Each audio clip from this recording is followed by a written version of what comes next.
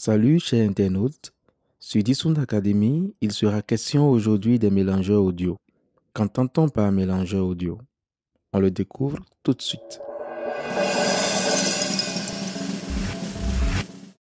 Dans le monde de la musique, de l'audiovisuel et du cinéma, nous assistons à ce qu'on appelle mélange de sources sonores.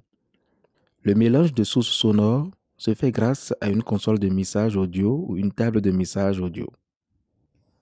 La fonction principale d'une console de mixage est de rassembler plusieurs signaux mono ou stéréo provenant de sources différentes avec des niveaux variés et de mélanger ces sources entre elles jusqu'à obtenir un signal mono ou stéréo unique. Il existe deux catégories de consoles de mixage audio. Il s'agit des consoles de mixage audio, analogiques et numériques. Comme sources sonores, nous pouvons citer les microphones, les instruments, les effets, les périphériques audio, etc. En quoi une console de mixage analogique diffère d'une console de mixage numérique? On en parle à présent. Les consoles de mixage analogiques sont bien sûr les premières à être apparues. En traitant le son de façon analogique, elles sont plus basiques, mais aussi plus faciles à utiliser, surtout pour les moins expérimentés. À la différence des consoles de mixage analogiques, les consoles de mixage numérique présentent un aspect plus compact avec des options de réglage plus avancées.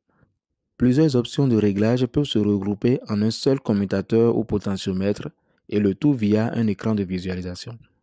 Les consoles de mixage numérique sont plus flexibles et offrent davantage de fonctionnalités avec la possibilité de programmer finement les contrôles.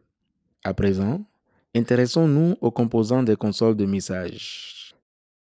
Les consoles de mixage se composent généralement de les entrées, encore appelées tranches, voix ou sessions d'entrée. Elles traitent le signal d'entrée individuellement et permettent de régler la proportion de ce signal particulier dans chacun des mélanges que la console va effectuer. Sur une tranche, nous pouvons avoir le gain, le pad, l'atténuateur, le filtre passe-bas ou coupe-au, l'alimentation fantôme, l'égaliseur, les effets, les groupes, les fantômes, les auxiliaires, les panoramiques, etc. Ensuite, les sorties. Elles sont multiples et variées, à savoir les groupes, les auxiliaires, les monitoring, les sorties principales, etc. Les groupes sont des sorties propres et leur signal de sortie peut aussi être envoyé sur les sorties principales. Les auxiliaires sont souvent plus nombreux que les sorties de groupe et principales, mais simples et compactes. Sortie monitoring. Une console peut avoir jusqu'à 3 sorties de monitoring différentes.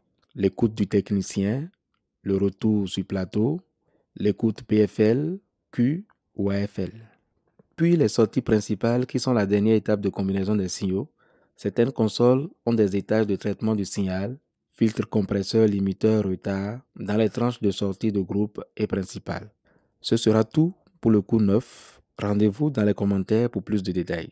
En attendant, comme toujours, aimez, partagez et abonnez-vous à Dissound Academy pour plus de contenu. À bientôt.